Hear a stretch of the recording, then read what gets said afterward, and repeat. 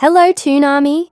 Let's dive into the latest updates on our beloved Newcastle United, the greatest team in the world.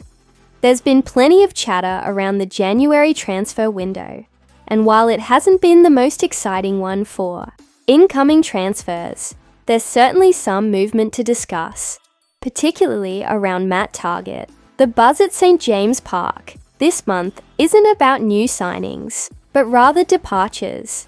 Eddie Howe and sporting director Paul Mitchell seem focused on streamlining the squad, ensuring it's lean, mean, and ready for the battles ahead. Among the players whose future is under review is Matt Targett.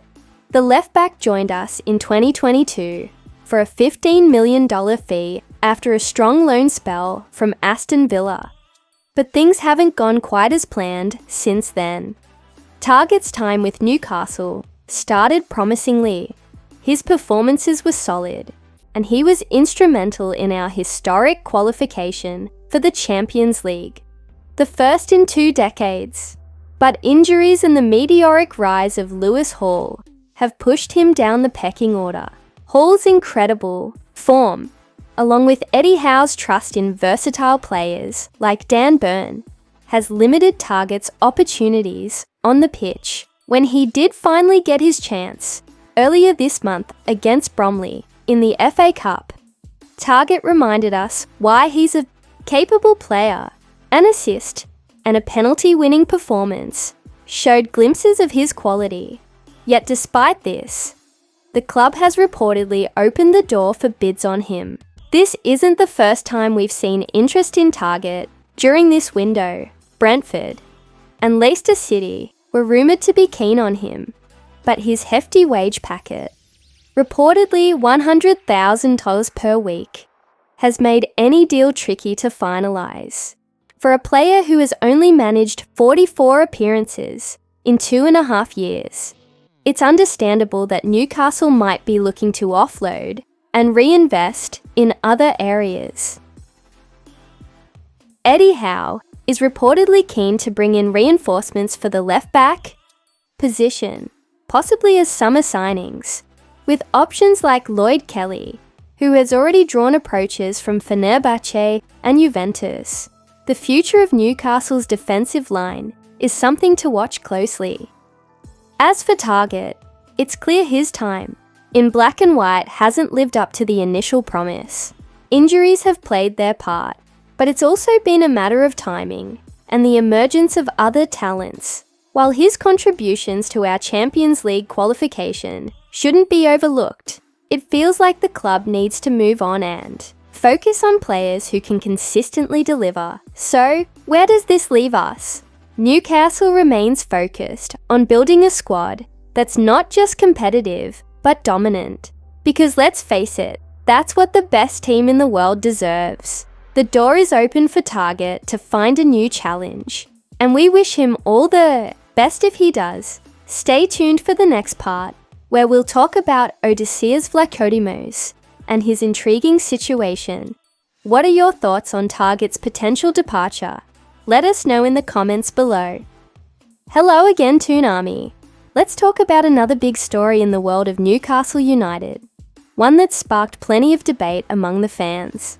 It's all about Odysseas Vlachodimos, our $20 million goalkeeper, and the question of where he fits into Eddie Howe's plans, or if he does at all. When Vlachodimos arrived from Nottingham Forest, there was excitement about his potential. A Greece international with a solid track record, he looked like a player who could provide strong competition for Nick Pope and Martin Dubravka. But fast forward to now, and things haven't gone as expected. Vlachodimos has made just one appearance since joining us, a brief outing during our Carabao Cup victory over AFC Wimbledon. This lack of playing time has understandably left Vlachodimos frustrated. Goalkeepers thrive on rhythm and confidence, and sitting on the bench for extended periods doesn't help either. Surprisingly, even in our FA Cup win against Bromley, when rotation might have been expected, Dubravka kept his place in the starting sixum For Vlachodimos, the writing seems to be on the wall. Opportunities under Eddie Howe are going to be scarce, as long as Pope and Dubravka are fit. Now here's where things get even more interesting. With the January transfer window open, Al-Shabaab, a club from Saudi Arabia, came knocking on the door with a formal bid for Vlachodimos. The riches of the Middle East can be tempting, but Vlachodimos turned down their offer.